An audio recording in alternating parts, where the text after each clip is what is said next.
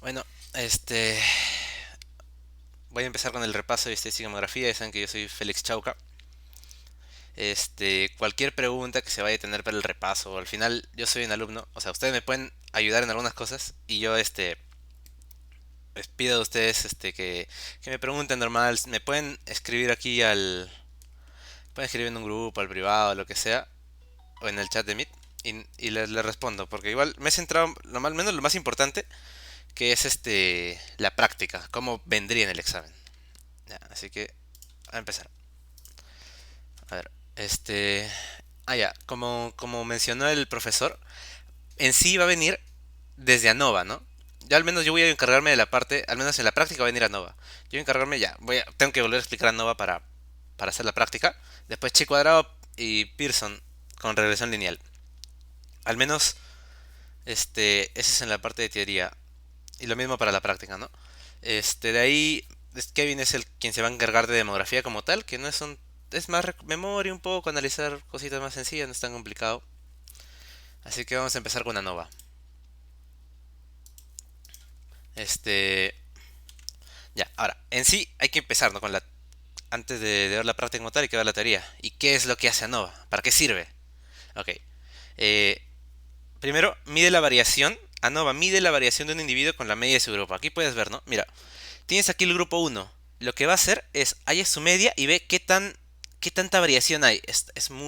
Puede ser muy poca, por ejemplo, en este caso. Este, Están bastante cercanos, pero las medias están bastante divididas entre los grupos. Entonces la varianza se explica porque, claro, vas a ver que aquí en el grupo uno hay salarios altos y la media se encuentra alta. En el grupo 2 hay salarios medios y se encuentra más al centro. Y en el grupo 3 se encuentra más abajo. En cambio, luego cuando vas a... Aquí habría alta varianza. Pero en cambio, tú puedes tener grupos así bien dispersos. Donde uno gana 1000, otro gana 100. Pero termina habiendo poca varianza porque al final las medias se encuentran al centro. Casi todas están similares. Entonces aquí está midiendo cuánto varía cada individuo con la media de su grupo. Y también se puede hacer la variación de cada grupo y la media global. Aquí tienes, por ejemplo, la media del grupo uno y la media global. Y ahí está analizado. Ahora, ¿cómo en sí, qué te pide ANOVA? Que es lo que de todas formas podría preguntar Guti. Es ¿cuáles son las hipótesis, no? La hipótesis nula es que los grupos son iguales. O sea, todas las medias son iguales, el factor no importa. Puedes tener el mismo salario, igual, o sea, todos tienen el mismo salario al final en la media, ¿no? O la hipótesis alternativa, que sería que al menos un par de medias son diferentes. Al menos un par de medias son diferentes. ¿Y eso cómo se va a entender? Aquí las tenemos. ¿Cómo se calcula exactamente? Hallando la variabilidad total, que como lo explicó Uti también en su clase, se puede dividir, ¿no? La variabilidad total se corresponde con la suma de cuadrados totales, pero eso lo puedes componer en la variabilidad de grupos y la variabilidad dentro de cada grupo. O sea, suma de cuadrados entre grupos, que se puede ver de esta forma, ¿no? Como hemos visto, entre grupos tú lo analizas, estás analizando todo. La media global con cada grupo, sumado con la suma de cuadrados intragrupos. Aquí estás analizando grupo por grupo. Analizas el grupo uno, agarras su media y vas a ver cuánto varía. Ya. Y los grados de libertad que se consideran para este caso es en el numerador. Los grados de libertad para Nova es numerador entre denominador. Vamos a ver, ¿no? A entre B. Entonces, en el numerador vas a tener K menos 1 y en el denominador vas a tener N menos K. Donde ¿qué significa cada uno? K es el número de grupos y N es el tamaño de la muestra. En este caso, por ejemplo, aquí, ¿tú cuántos grupos tienes? Tienes 3. Entonces en el numerador va a ser, K menos 1 va a ser 2. Y ya, digamos que tienes 50 personas. Entonces en el 50 personas tendrías que restar, ¿no? 50 menos el número de grupos te daría 47. Esta variabilidad entre los grupos determina el valor f, ¿no? Que como hemos visto todo esto utiliza la distribución f. Entonces, utiliza un concepto que es el valor f en la prueba estadística y son directamente proporcionales. Ahora, ¿cómo se puede ver en la gráfica? ¿Cómo te lo va a preguntar Goti como tal, no? Que es Ya. esta gráfica podría venir algo así. Y aquí están señalados, ¿no? Por ejemplo, tú vas a ver el valor f que vas a encontrar, el valor f y el valor de la en función a f. Por ejemplo, todo esto, recuerda, este es el 95% y este es el 5%.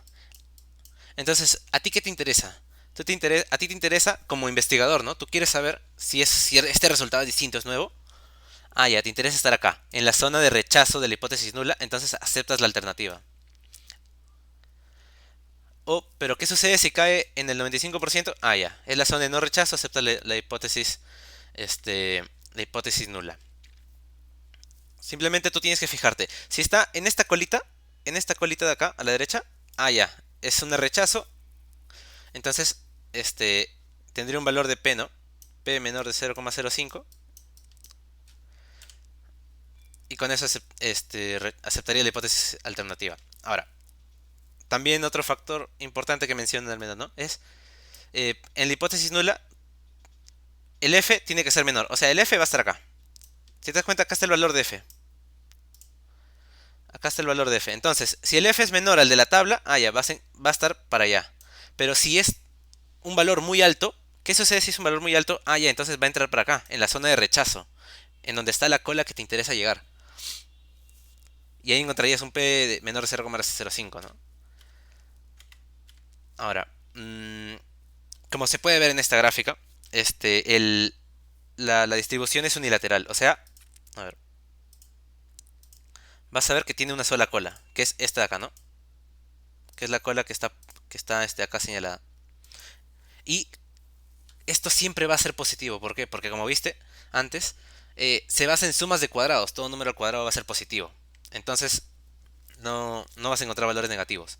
¿Y qué pasaría si encuentras un f muy pequeño? O sea, por ejemplo, si lo encuentras en uno, ya, pues vas a caer en el 95%. Si encuentras en 2, también estás dentro.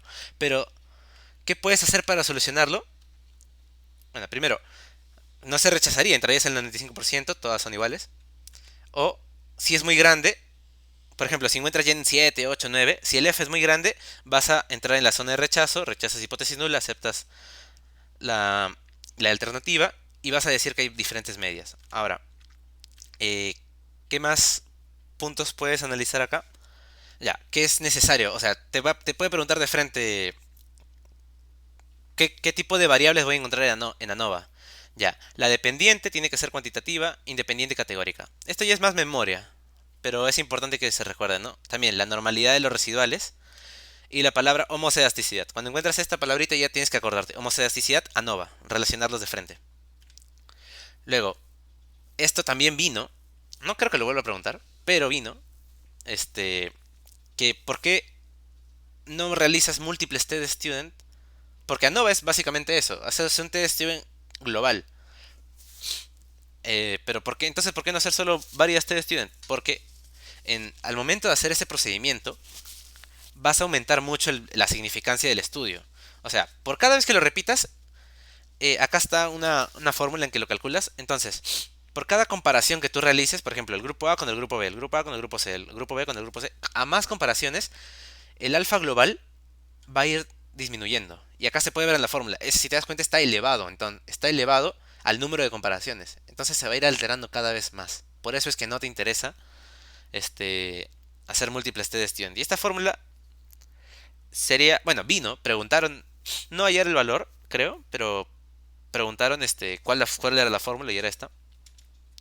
Y también, ahora, lo que te interesa como investigador es obtener un F alto, un valor de F alto para decir, ah, ya, sí, la hipótesis alternativa que estoy estudiando sí tiene sentido y tal. Ya, entonces, ¿cómo puedes llegar a eso de forma más sencilla? Aumentas la muestra. Así disminuyes la varianza.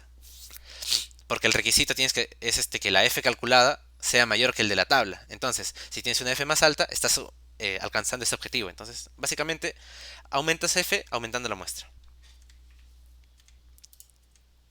Ahora, ANOVA te dice, ¿no? Al menos en la prueba te dice, ya, existe la variación, pero ¿dónde? Pero ¿dónde vas a encontrar esas variaciones exactamente? O sea, ¿cómo sé si es entre A y C y no B y C, ¿no?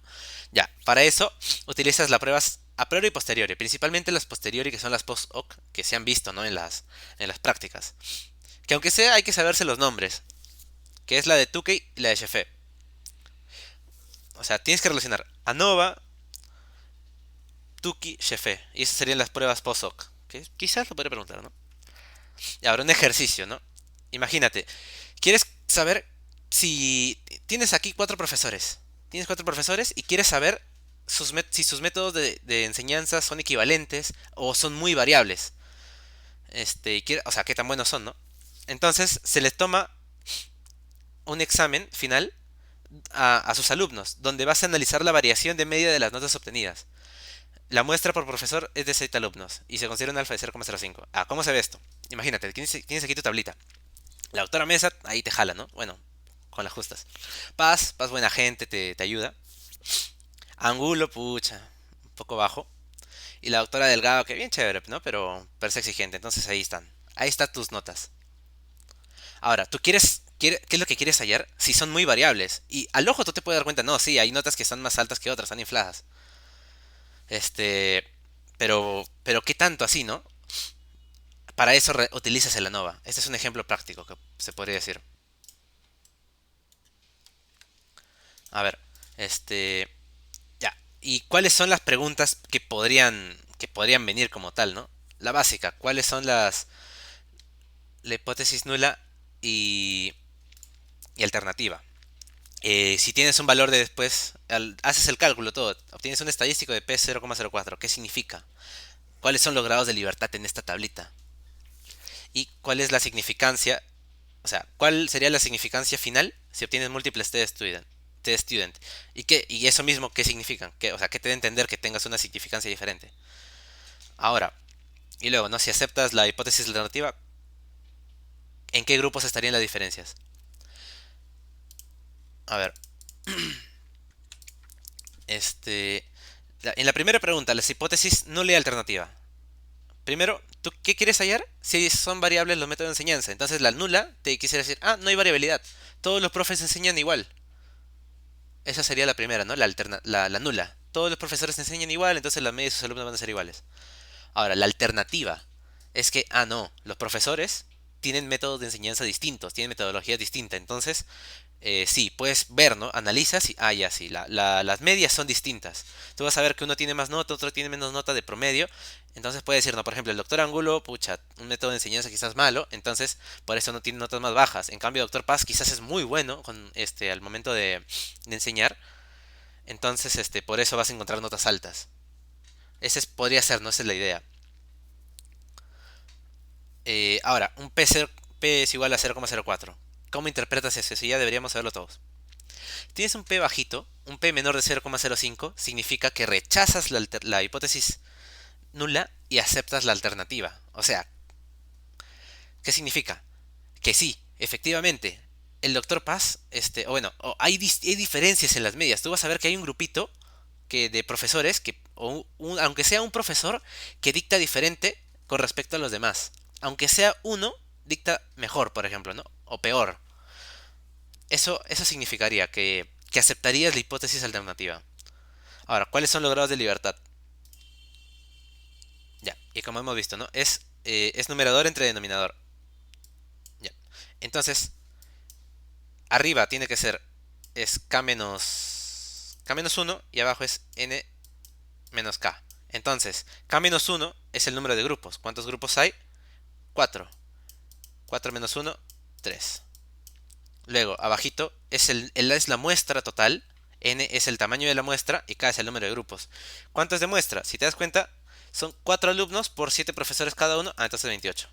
Entonces sería 28 menos K, que es el número de grupos. 28 menos 4. Y obtendrías aquí un 24. Sería 3 entre 24. Ya, ahí tienes los grados de libertad. Que sí podrían preguntar así, sí lo veo. A ver. Ahora, la significancia de múltiples t-student es en la siguiente idea, pues si lo tengo. Y vamos a pasar de frente, ¿no? Ya, aquí están los datos de todas formas en la PPT. O sea, digamos que no ves esto o el video o lo que sea porque está grabándose. Esto va a quedar guardado.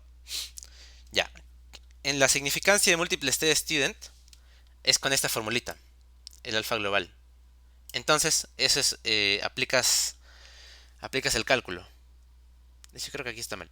Me acabo de dar cuenta que está mal acá. Pero bueno, No son cuatro comparaciones, son más comparaciones, porque es, por ejemplo, el profesor uno con el profesor 2, profesor uno con el profesor 3, profesor uno con 4 y así con todos. Entonces, ¿cuántas comparaciones estás haciendo en total?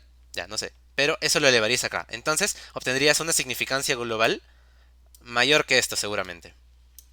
O sea, el alfa, normalmente tú siempre has dicho, ¿no? 0,05. Pero en este caso estás obteniendo uno diferente. ¿Qué significa? Que entonces ya no tiene la misma validez porque entras en intervalos de confianza distintos. Y además, ¿qué pasa cuando tú tienes un estudio que se realiza una significancia diferente a los demás? Que tu estudio no es comparable, no son reproducibles. O sea, son distintos básicamente. De forma práctica, son distintos. Ahora, ¿qué más? ¿Qué más? Y si aceptas la hipótesis alternativa, ¿cómo ubicas en qué grupos está la diferencia? Fácil, aplicas la prueba post-hoc que te permite comparar grupo por grupo. O sea, si has hecho la práctica de estadística y no la has copiado como yo, vas a ver que te saldrá, ¿no? Por ejemplo, que el doctor Angulo tiene notas bajitas y que el doctor Paz tiene notas altas. Ah, ya. Entonces ahí hay una diferencia en los grupos y ahí es donde puedes, calcularlo. Y eso lo puedes ver. Es una tabla de este estilo, ¿no? Por ejemplo, aquí está Paz y aquí está Angulo. Y aquí está Paz y aquí está Angulo. Aquí no te va a salir nada, pero aquí te va a salir un valor. Por ejemplo, un P menor de 0,01. Algo así sale. Entonces, ya. Entre Paz contra Angulo, aquí vas a saber que hay una diferencia. Y lo hay es por el P. P menor de 0,01, ¿no? Bueno, menor de 0,05 en general. Ya, ahora. Ya se terminó. ANOVA es así más o menos sencillito. Ahora chi cuadrado. Y los indicadores de asociación, ¿no? Odds ratio y riesgo relativo. Ya, para empezar. ¿Qué busca la distribución de chi cuadrado? ¿Para qué te sirve? Te determina si hay una asociación entre dos variables cualitativas. Ok. Y bueno, dentro de cualitativas también entran, ¿no? Las cuantitativas que son categorizadas, ya de forma práctica son cualitativas. Y aquí hay un ejemplo, ¿no? ¿Existe asociación entre contagiarse de una ITS y el número de visitas a las cariñosas? Ahí estás comparando dos cositas. El contagio del ITS, cualitativa, y el número de visitas a las cariñosas. Entonces, ¿cómo exactamente chi cuadrado lo va a calcular? Aplicando dos pruebas, las de independencia y de homogeneidad, que lo que hacen es comparar, ¿no? Las frecuencias observadas versus las esperadas. O sea, yo observo que tiene aquí, muchos casos de contagio, pero realmente eso es lo que se debería esperar. Todo esto bajo la hipótesis de no asociación, o sea, la hipótesis nula, de que, por ejemplo, en este caso, ¿cuál sería la hipótesis nula? En este ejemplo, ya, que no. Tú puedes visitar 20 veces a las cariñosas, es lo mismo que visites una vez, igual te vas a contagiar de ITS o igual no te vas a contagiar de ITS, ¿no? O sea, no hay asociación entre una y otra. Bajo esa hipótesis es que se rige chi cuadrado. Y bueno, ahí está la frecuencia esperada, que no sé si lo vayan a preguntar, pero ahí lo dejo. Ahí lo coloco en una diapositiva específica, que es la frecuencia esperada es el total de fila por el total de columna entre el total de los datos. No sé qué tanto lo voy a preguntar. Pero bueno, ahora, las posibles hipótesis. Ya vimos, la nula. Las variables x e y son independientes, o sea, no hay asociación. En cambio, la hipótesis alternativa, no, sí existe una asociación entre uno y otro. O sea, no son independientes, están relacionadas. Eh, ¿Y cómo exactamente diferencias, ¿no? La prueba de independencia y la de homogeneidad? Porque no son, o sea, tienen algunas cositas de distinto. Que por ejemplo, la prueba de independencia analiza un solo grupo, una sola muestra, que la va a clasificar en dos variables.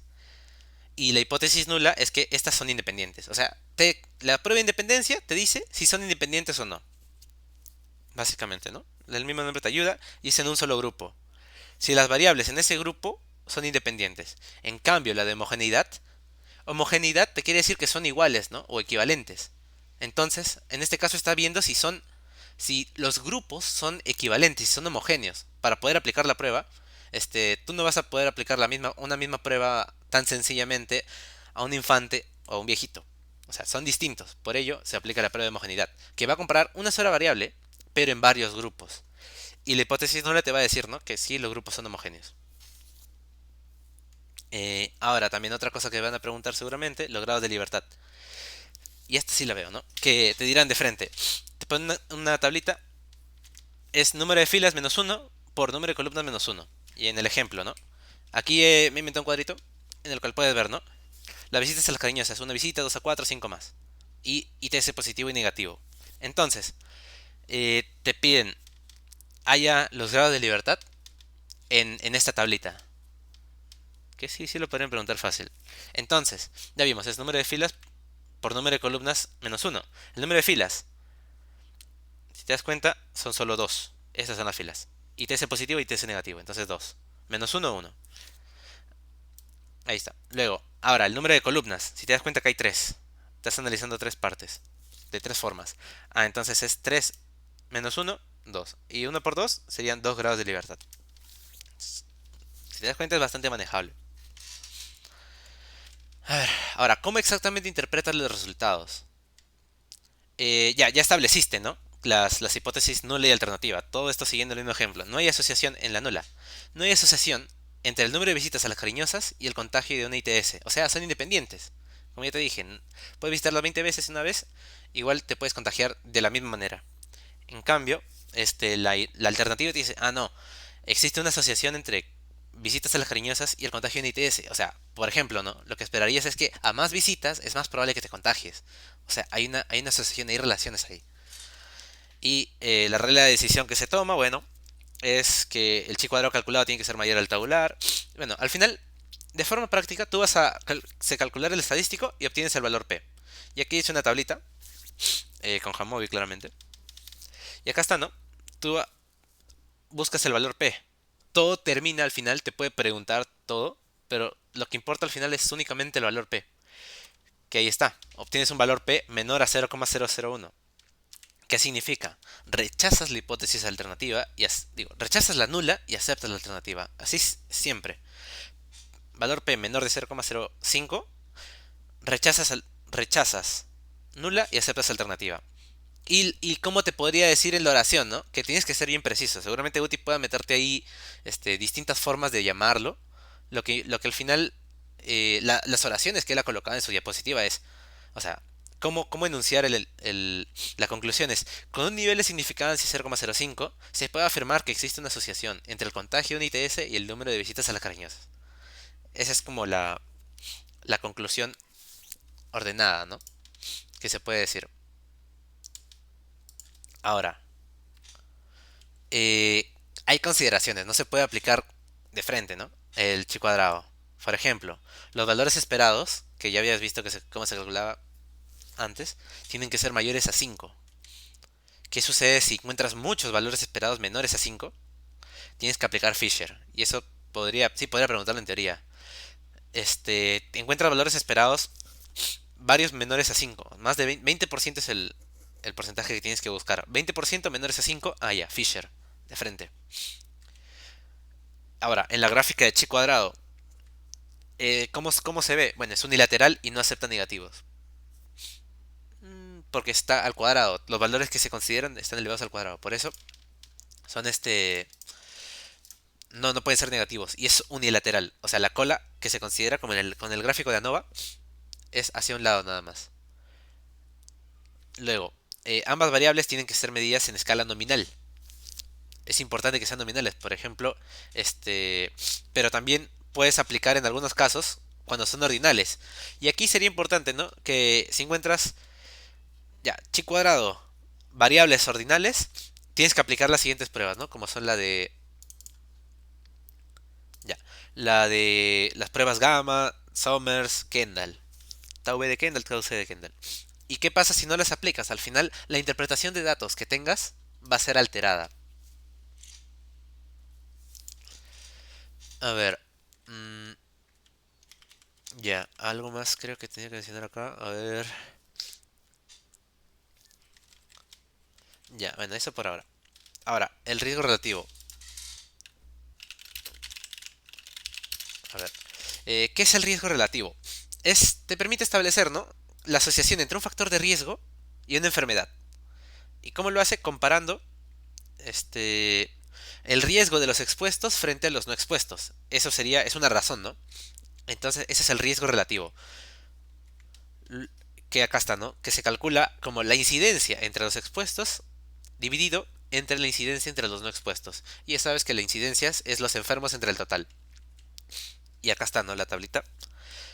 Que tienes a los enfermos. Este. Y, y a los expuestos. Entonces el riesgo relativo se vería de esta forma. Tú más o menos tienes que hacerte esta idea al momento de ver la tabla. El riesgo relativo se calcularía, en este caso, primero, incidencia entre los expuestos. Ya sería el número de enfermos entre el total de expuestos. Sería A entre A más B. Y ahí está. Luego, ahora, entre los no expuestos están acá. Entonces agarrarías la incidencia. ¿Cuántos enfermos hay no expuestos? C. Dividir entre el total de no expuestos a C más D. Y ahí está, ¿no? Esa es la forma. Si te das cuenta es bastante lineal. Y eso, y acá está un ejemplo práctico. Que es, ¿no? Jugar LOL o Dota por más de horas al día y jalar exámenes. La mayoría de exámenes. Y puedes verlo. Este, los expuestos jalados, los expuestos no jalados, los no expuestos jalados y los no expuestos no jalados. Entonces, quieres calcularlo. Ahí harías los expuestos. Sería la incidencia entre los expuestos 10 entre 100 dividido entre la incidencia entre los no expuestos 2 entre 100. Aquí me voy a... Aquí 100. Ya. Entonces, eso te da aquí se lo puse bien. Eso te da 0,10 entre 0,02. ¿Eso cuánto te da? Un riesgo relativo de 5. Así se calcula. Tienes que ser Tienes que, más que otra cosa, centres en el cálculo. Porque eso es lo que seguramente pregunte Guti. ¿Cómo lo interpretas? Ahora, ¿qué significa ese 5? Que también es otra cosa que puede preguntar. Es ¿cuántas veces probable es que el grupo expuesto sufra de la enfermedad respecto a los no expuestos? En este ejemplo, mira. Las personas que juegan LOL o Dota por más de 2 horas al día tienen 5 veces el riesgo de jalar la mayoría de exámenes con respecto a los que no juegan. O sea, si tú eres jugador, tienes 5 veces el riesgo de jalar comparado con los que no juegan. Así que no juegues, ¿no? Pero, aunque eso es para mí más que otra cosa. Bueno, entonces, ya, esa es una forma de interpretarlo. Y es importante que te des cuenta acá que dice 5 veces el riesgo. No dice 5 veces más. Tiene 5 veces el riesgo. Y esa es una palabrita que puede meter. Por ejemplo, decir 5 veces el riesgo también es lo mismo que decir tienes 4 veces más el riesgo. Son dos formas de verlo. Y aquí está, ¿no? En un gráfico, cómo se vería. No es, no es exactamente preciso con cómo está en este ejemplo, pero nos da una idea, ¿no? Por ejemplo, si tienes aquí un 75% y aquí un 25%, lo divides entre sí, te da un 3. Y ese es el riesgo relativo. Eso es lo que tendrías que hallar. Ahora, el odds ratio, que ¿qué sucede? Pero para en este caso, necesitas conocer la incidencia. Si te das cuenta, tú puedes hallar la incidencia en estos casos. Es requisito para hallar el riesgo relativo. Pero ¿qué sucede cuando no las tienes? Si no conoces la incidencia, puedes calcular el odds ratio, que es también llamada razón de momios, de productos cruzados, razón de ventaja y muchos más. Muchos nombres tiene ya. ¿Cómo se calcula exactamente? Ya, de forma técnica, se podría decir. Para un evento E que ocurre con una probabilidad P, la odds se define como la probabilidad como P entre 1 menos P. O sea, la probabilidad de éxito, el P es el éxito. Entonces es la posibilidad de éxito entre la probabilidad de no éxito. Y aquí está, ¿no? ¿Y cómo se podría calcular también de forma práctica? En el examen, ¿cómo lo harías? Productos cruzados. Si te das cuenta, el mismo nombre te lo dice. Y es, al menos la parte de razón de productos cruzados en odds ratio es lo más importante que te tienes que acordar, porque te permite hacer este cálculo. ¿Te das cuenta? Solo estás multiplicando A entre B, digo A por D, en A por D dividido entre B por C. Son productos cruzados. Así se vuelve fácil de recordar. Y en el mismo ejemplo, ¿quieres calcular el odds ratio? ¿Cuál sería? AD entre B por C, ¿no? Entonces lo calculas. Sería 5 por 98 y 2 entre 2 por 95. Lo calculas y te da un 2.5. Ahora, ¿cómo interpretas eso? Te indica cuántas veces probable es que se produzca la enfermedad frente a que no se produzca. Que en este ejemplo, ¿no? Sería la probabilidad de jalar en los jugadores respecto de no jalar es 2.5 veces la probabilidad de los no jugadores de jalar con respecto a no jalar. Y ya, mira, este concepto es mucho palabreo porque se complica, no se puede entender mucho. Así que, ¿cómo podría venir en el examen como tal? O sea, para responder la pregunta y pasar, ¿no? Las diferencias que se tienen entre uno y otro. El riesgo relativo es una medida de riesgo. O sea, la palabrita te va a ayudar bastante. Es el riesgo de un grupo comparado con el otro. Mides los riesgos. ¿Qué es necesario? Tienes que conocer la incidencia. ¿Y dónde conoces la incidencia? Principalmente en grupos grandes. ¿Ok? Cuando tú tienes un grupo grande, una muestra muy grande, es más fácil que sepas si la incidencia precisa. En cambio, si tienes un grupo chiquitito, bueno, pues, o sea, la incidencia no va a ser tan precisa, especialmente en enfermedades raras. Te pueden poner ese ejemplo, ¿no? Hay una enfermedad muy rara, pero se conoce la incidencia. ¿Qué tipo de prueba puedo aplicar? Chi cuadrado, odds ratio, riesgo relativo, Kendall, por ponerte un ejemplo, y te ponen, ya, ¿y cuál sería la clave? En este caso, riesgo relativo. Tienes una muestra, digamos que conoce la incidencia porque tienes una muestra grande y te permite de esa forma medir el riesgo. Y por eso mismo también, al conocer la incidencia, se utiliza en estudios de cohorte, aquellos que son prospectivos, que son a futuro. Tú empiezas con una población y los vas siguiendo. ¿Y cómo lo tienes que entender? ¿Cómo interpretarlo después? Es esto, ¿no? Los expuestos tienen el valor de riesgo, RR, el riesgo, en comparación con los no expuestos. Y RR puede ser el valor que te den, ¿no? Como vimos en el ejemplo, puede ser 5. Los expuestos tienen 5 veces el riesgo en comparación con los no expuestos. Así es como lo tendrías que leer, encontrar en el ejercicio. ¿Y qué sucede cuando son valores decimales? Tiene 1.5 veces el riesgo. Ah, ya. Se podría decir también que tiene 50% más de riesgo. Y si tiene menor, tiene 0.63 veces el riesgo. Ah, ya. Tiene 0.37 veces menos riesgo. O sea, todo es en base a 1. De 1 a 1.5 es 50% más. Ah, ya. Pero de 1 a 0.63 es 37% pero menos.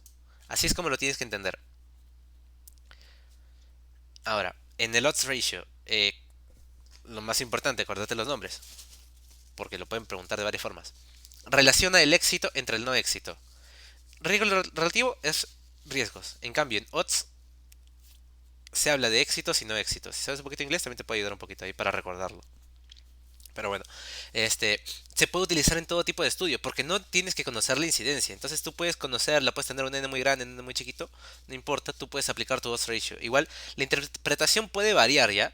O sea, yo he visto que en otras páginas sí se complican en que uno es distinto, tienes que aplicarlos en estudios distintos y tal, pero en la PPT de Guti lo simplifican. Te dice que son iguales, que el OR y el RR son iguales. Ah, entonces vamos a considerarlo así para no complicarnos. Y como se vio también, relaciona, ¿no? La incidencia esperada entre la incidencia observada.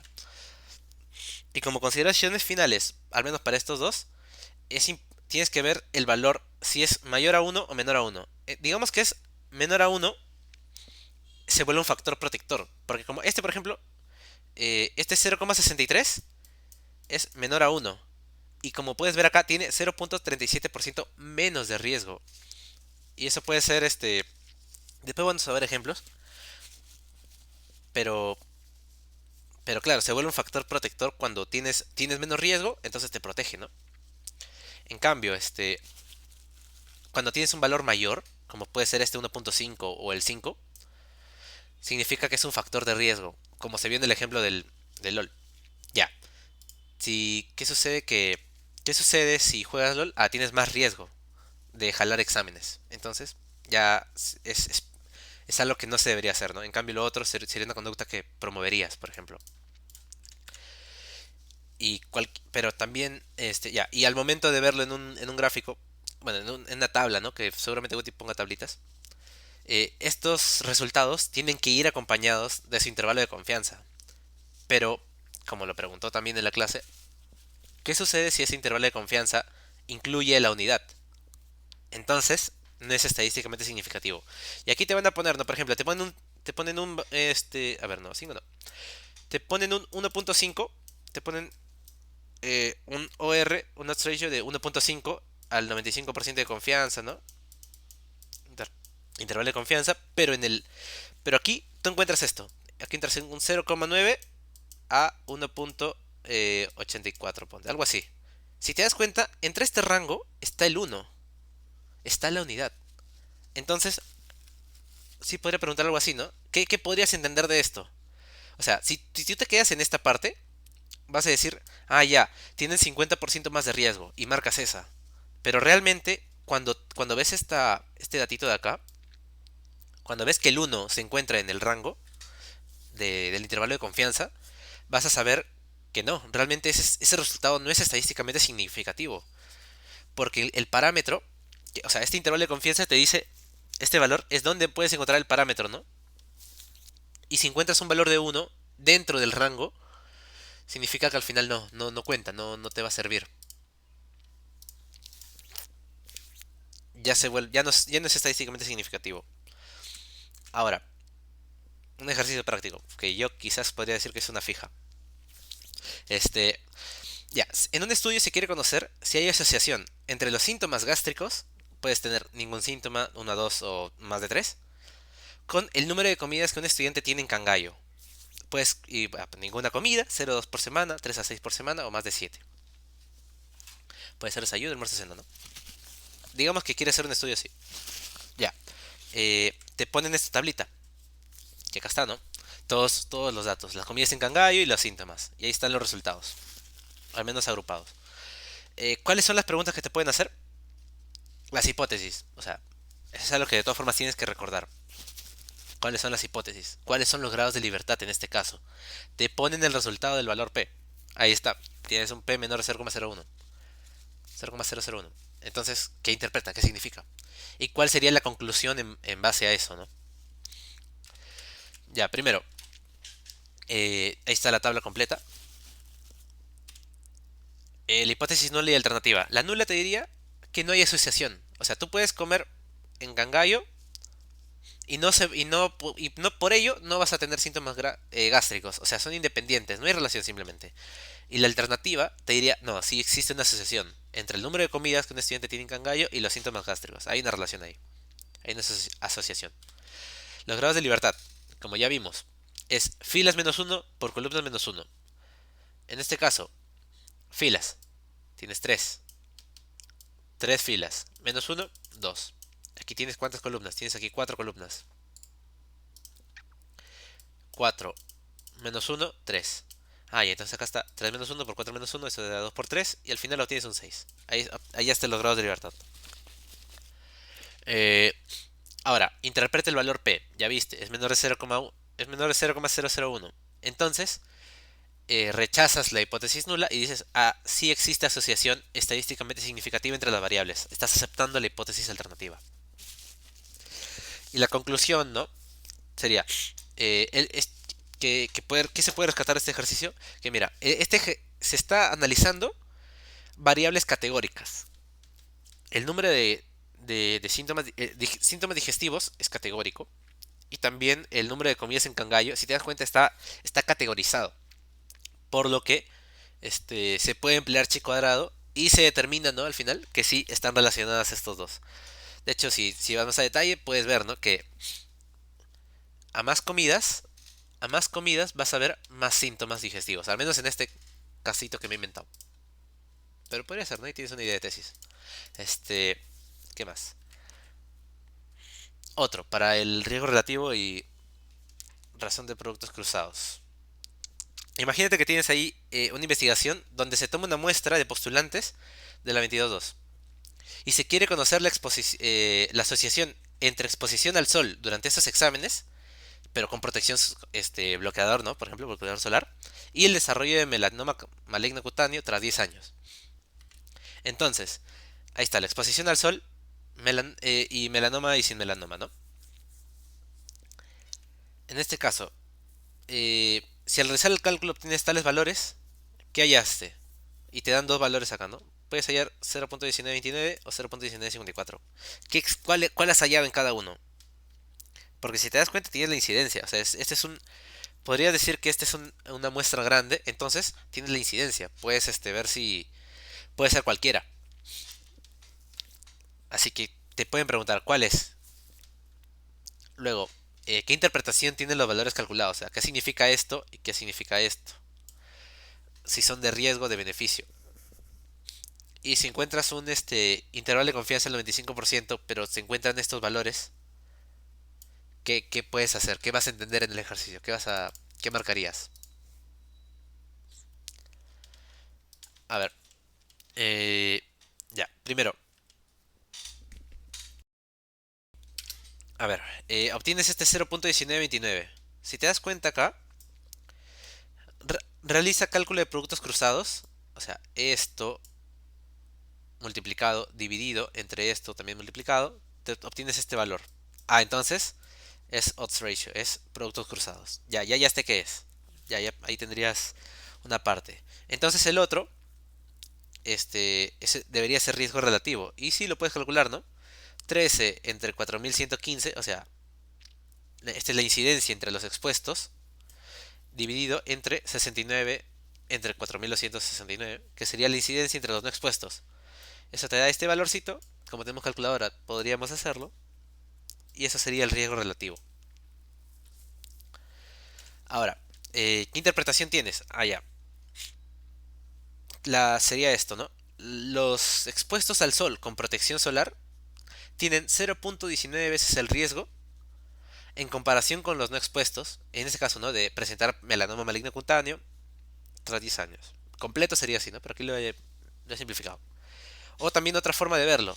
Los expuestos con protección al solar tienen 81% menos de riesgo, porque 0.19, 1 menos 0.19 sería 81%, o sea, 0.81, 81%, tendrían 81% menos de riesgo que los no expuestos de desarrollar melanoma maligno cutáneo, ¿no? Y tal. Y, si te das cuenta, el valor es menor a 1. El valor es menor a 1. Entonces tú puedes decir que es un factor de protección o de beneficio, que esa protección solar efectivamente te protege y te beneficia. Y si encuentras al final un intervalo de confianza con estos valores, ¿qué vas a hacer?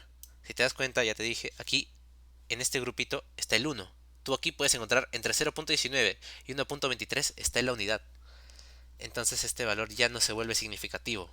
El parámetro se encuentra en la unidad, así que ya puede no haber relación. Por eso descartarías ese valor. No puedes decir si sí o si no, simplemente lo descartas.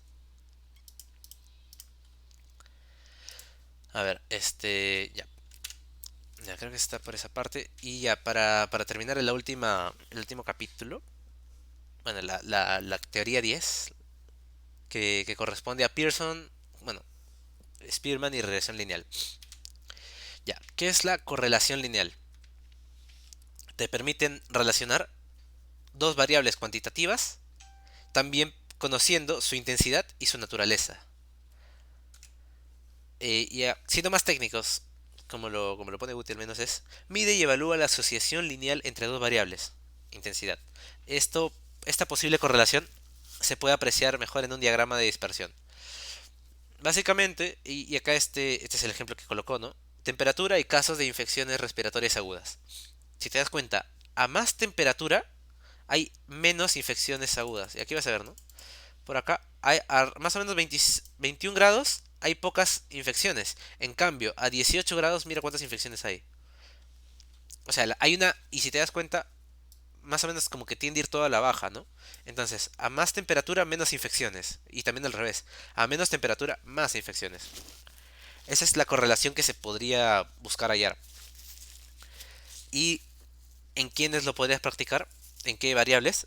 Ya, presión sanguínea y edad, entre la estatura y el peso, el ingreso familiar y los gastos médicos, niveles de pobreza y tasas de mortalidad infantil. Por ejemplo, ¿qué esperarías entre ingreso familiar y gastos médicos? Que a más ingreso, más gastas en medicina, ¿no? O sea, más dinero en bruto. Ganas 5.000 soles, es más probable que gastes no sé, 500 en seguros, quizás ir a consultorios. En cambio, ¿qué sucede con aquella persona que gana 1000?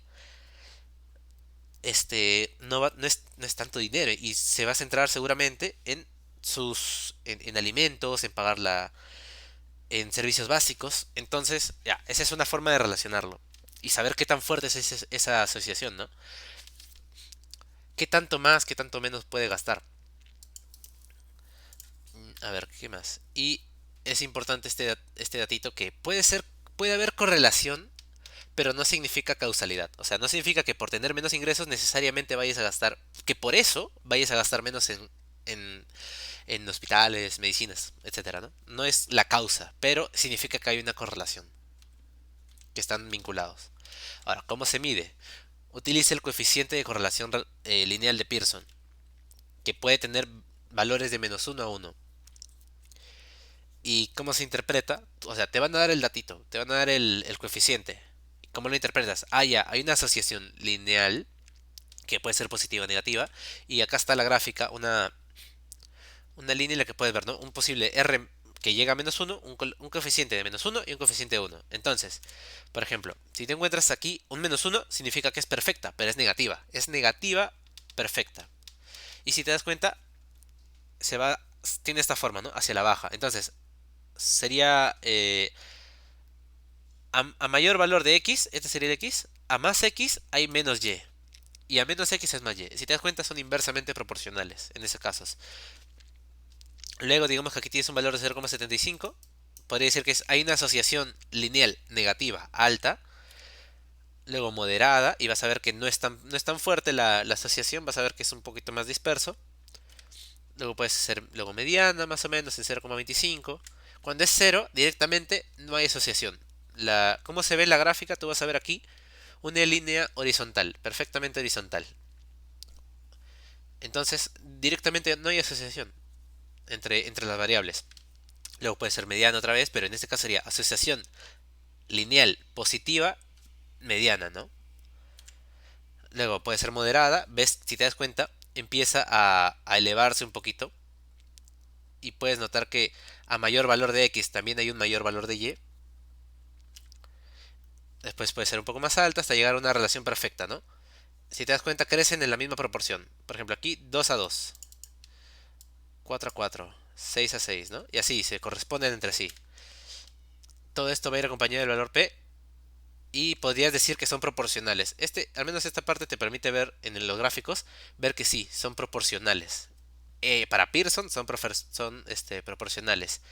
Y cuando es negativo, cuando tienes R negativo, son inversamente proporcionales. Cuando es positivo, son directamente proporcionales.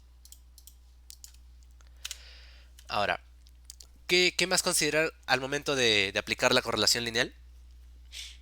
Ya, tienen que ser variables continuas, como el caso que se vio de temperatura y número y la incidencia de infecciones agudas respiratorias. Son variables continuas. Tienen que seguir una distribución normal. O sea, si no siguen distribución normal, ya no sirve ya no sirve Pearson. Y tienen que ser independientes las observaciones. Ya, ¿qué más? Los grados de libertad que se consideran es el tamaño de la muestra menos 2. Sencillito, ¿no? Tamaño de la muestra menos 2. ¿Y qué hipótesis puedes formular? La nula. No existe correlación lineal entre variables x e y. Es importante lo de lineal porque puede que no haya una lineal, puede que sea una logarítmica, ¿no? Cuadrática, lo que sea, pero no es lineal. Eso es lo que te interesa acá. Y en la hipótesis alternativa dirías, sí, existe correlación lineal entre las variables x e y, ¿no? Y es muy importante la muestra, porque es sensible a valores atípicos. O sea, si tú encuentras un outsider, un valor que escapa de lo normal, de la media, porque estos valores siguen distribuciones normales, ya se dijo. Entonces, si encuentras un valor atípico, el, este, el coeficiente de Pearson va a ser muy sensible, lo va a detectar y te va a arrojar un valor alterado. O sea, es más probable que se altere. Entonces, para solucionar en esos casos, lo que puedes hacer es aumentar el valor de la muestra. Aumentas la muestra, entonces es más probable que encuentres el valor P de interés. Y acá está, ¿no? Si te das cuenta, todos arrojan un coeficiente de Pearson igualito. 0,38. Pero, y la muestra primero es de 10. Y te arroja un valor P que no te sirve. O sea, es mayor de 0,05. 0,3 es bastante mayor. Entonces no te sirve. No te sirve como estudio. En cambio, conforme vas avanzando, aumentas la muestra. Ahora tienes 20, está disminuyendo. Ahora tienes 30, disminuye. Y mira, una vez que llegas aquí a 40 de muestra o 50 de muestra, ya estás dentro de lo que te interesa, los valores P de interés. Entonces, esa es la forma de solucionar el problema. Que puedes presentar valores de correlación lineal iguales, pero al aumentar la muestra llegas a lo que te interesa, el valor P, que te permite demostrar finalmente la hipótesis alternativa. Y ahora, ¿qué sucede si encuentras una distribución que no es normal? Porque esas son distribuciones normales. Si no lo encuentras, te toca aplicar el coeficiente de correlación por rangos de Spearman, que se simboliza con la letra ρ. Aunque no estaba así en la PPT, directamente no estaba la simbolización. Creo que estaba con R igual, pero... No, sí estaba en otras partes. Pero bueno, ¿cuándo aplicas Spearman? Cuando tienes valores que son ordinales, variables ordinales, en otro caso eran nominales, en este caso son ordinales, puedes ordenarlas, por ejemplo, calidad de atención en un centro hospitalario, te dicen, no, me atendieron mal. Uno te pongo, ¿no? En otro, no, ese doctor es muy bueno, ya, le pongo 5 ya. Puedes ordenarlos, son valores ordenables. Cuando no hay normalidad, porque por ejemplo, en ese mismo ejemplo, una persona le puede parecer que un médico la atendió muy bien, pero otro no, y así, no son, o sea, no hay una distribución, no siguen esa distribución normal de la campana de Gauss, así que no, aquí aplicas Spearman. ¿Qué más? Cuando el cálculo lo puedes hacer en rangos. Y cuando se presentan varios valores atípicos, los valores extremos, los outsiders. Y acá está, ¿no? Mira, si te das cuenta, aquí por ejemplo podrías aplicar Pearson, pero aquí lo estás agrupando. Por ejemplo, de 0 a 20, aquí están los valores por separados, pero aquí los ha decidido agrupar en grupitos más chicos. Aquí hay 1, 2, 3, 4, 5, 6, así los ha agrupado. No están agrupados, mejor dicho, están directamente sueltos. En cambio, aquí agrupado de 0 a 1, de 1 a 2, y es lo mismo, pero están agrupados en forma de rangos. Son, son formas de practicarlo.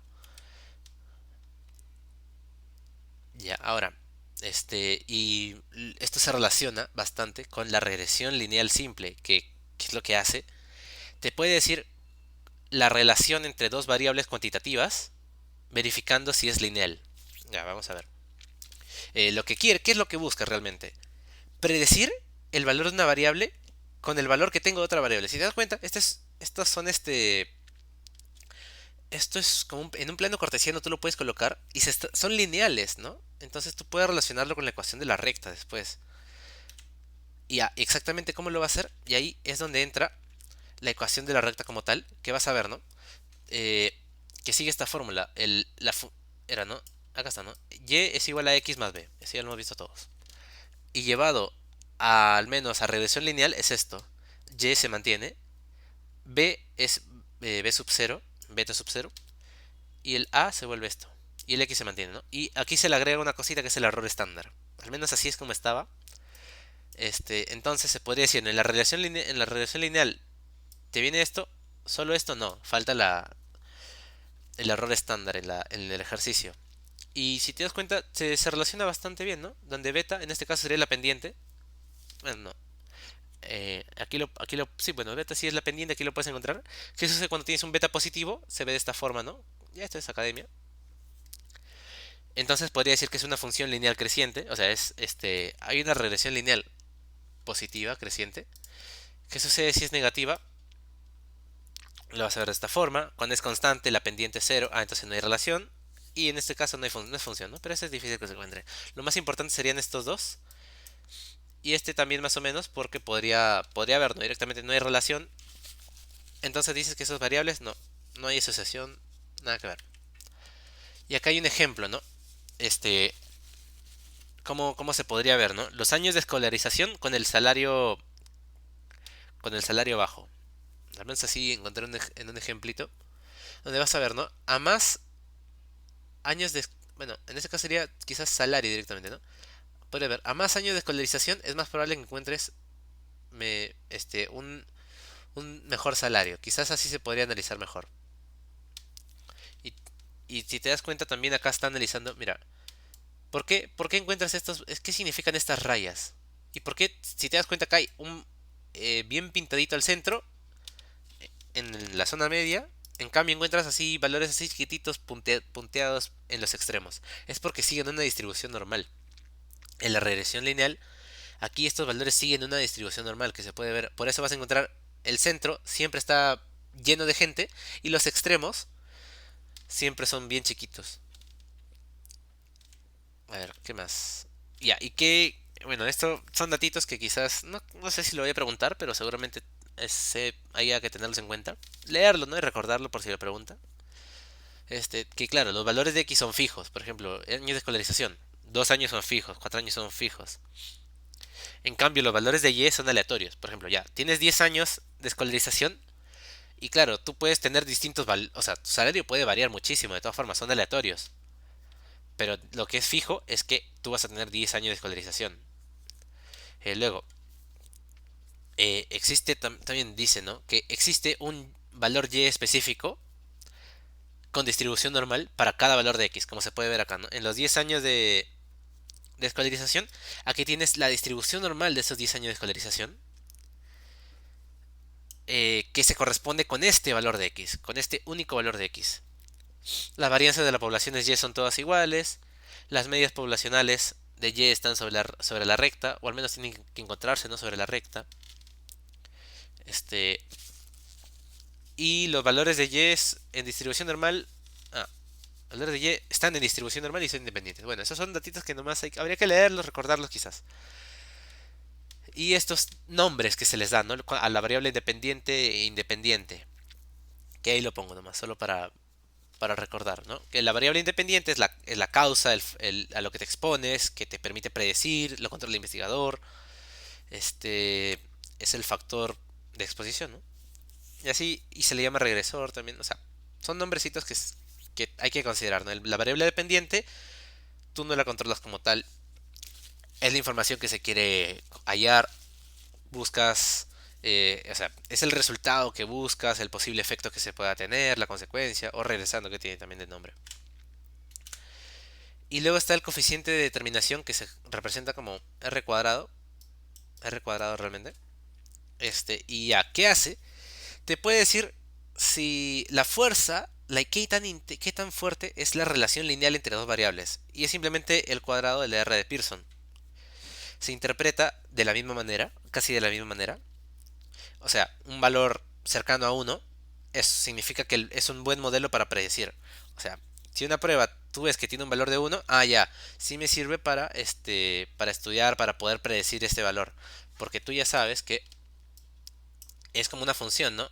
F de x es igual a x más b. Entonces, si yo coloco aquí un x, voy a poder obtener que me va a salir en y. O sea, f de x es y. Entonces, con ese valor que yo pueda colocar, no importa cuál coloque, yo voy a poder hallar ese y. Esa es la idea. Entonces, para eso, y el coeficiente de determinación te va a decir, ¿esto te sirve? ¿Qué tanto te sirve? ¿Es un buen modelo para poder predecir el resultado o es posible que falle, ¿no? Entonces, valores más cercanos a uno, sí, es un buen modelo para predecir. En cambio, cuando te dice un valor cercano a cero, vas a decir, no logra modelar los resultados en absoluto. No vas a, o sea, es muy probable que falles o directamente encuentres valores al azar aplicando ese método. Y ya, ahora en un ejercicio como tal, ¿cómo lo verías? Imagínate, tienes un estudio donde quieres saber la correlación entre las horas de sueño y la edad de las personas. Y obtienes un Pearson de menos 0,69 y un coeficiente de determinación 0,47. El valor de P en ambos casos, porque tienes un valor P para cada uno, es menor de 0,001. Ya. ¿Cuáles son las preguntas que te pueden hacer? Las hipótesis de ley. El interprete ese valor P, que te quiere decir. La interpretación de ese valor de Pearson. El coeficiente de determinación también. Y cómo lo podrías ver en una gráfica. Y acá está Ya, acá está. Las hipótesis nula y alternativa. ¿Cuál sería la nula? Que no hay relación entre las horas de sueño y la edad. O sea, tú puedes tener un niño de 5 años y un adulto de 69, igual van a dormir lo mismo. Esa es la idea al menos que tiene. En cambio, este, en la hipótesis alternativa va a ser que no. O sea, va a existir una correlación. Tú vas a encontrar que puede tener más edad y va a tener menos horas de sueño, como suele pasar, ¿no? Por ejemplo, un infante de 6 meses, un año, va a dormir muchas horas. En cambio, una persona ya de 20, de 40, de 60 cada vez tiende a dormir menos, especialmente aquellas personas mayores. Se suele ver eso, que duermen 4 horas, 5 horas, duermen menos, en general, ¿no? Este, Ahora, el valor P, tú lo puedes interpretar igual. Y se dice, ¿no? Con un nivel de significancia de 0,05 se puede afirmar que existe una correlación lineal entre las horas de sueño y la edad. Ahora, ¿cómo tienes ese valor de Pearson? ¿Qué significa? Existe una asociación, aquí faltaría lineal moderada y negativa, porque es un valor negativo. Es, existe una correlación lineal, negativa y moderada entre las horas de sueño y la edad. Y claro, en una ecuación de la recta tú podrías decir, ¿no? Ya sabes ya tienes la fórmula. Luego, con la ecuación de la recta, quiero saber cuántas horas de sueño va a tener una persona de 20 años. Entonces lo reemplazas y podrías obtener ese valor. ¿Cuánto más o menos podría dormir una persona de esa edad? Y interpretación del coeficiente de determinación. O sea, tienes aquí este valor, ¿no? Lo elevas 0,69 al cuadrado y te da 0,4761. ¿Qué quiere decir este coeficiente? Que es un indicador moderadamente bueno para determinar las horas de sueño de una persona de cierta edad, que una persona de cierta edad puede dormir. O sea, es bueno, sí, está moderadamente bueno. No es alto, tampoco es tan bajo, te puede servir. Pero claro, tiene posibilidades medias de poder fallar. Y acá estando en una gráfica, este es justo de aquí saqué el ejercicio, y puedes ver, ¿no? Los recién nacidos tienden a dormir bastantes horas. Pero con el paso de los años va disminuyendo hasta que los adultos mayores duermen bastante poco. O bueno, bastante menos comparado con los recién nacidos, ¿no? Y así, esa es la relación que se puede encontrar. Y así se vería una gráfica. Si te das cuenta, es menos 0,69, que me lo he inventado los datos, ¿eh? Pero se puede ver, ¿no? Es negativo, de todas formas es negativo, porque ves que va de esta forma, son inversamente proporcionales. Entonces, sí, esa es la interpretación que se le podría dar en la gráfica. Y ya creo que eso sería todo. ¿A una pregunta, algo? Si no, por favor, hacer donaciones.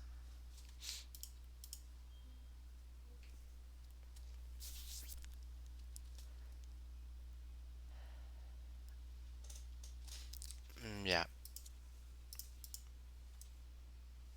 eso sería en sí resumen, al menos la parte de bioestadística, después que alguien se va a encargar este, de demografía. Eh, Hasta ahí. Listo, igual esto lo he grabado, ya después lo subo. Y con eso se puede repasar. Y el material, voy a corregir las cositas que faltaron y ya. Eso sería todo, creo.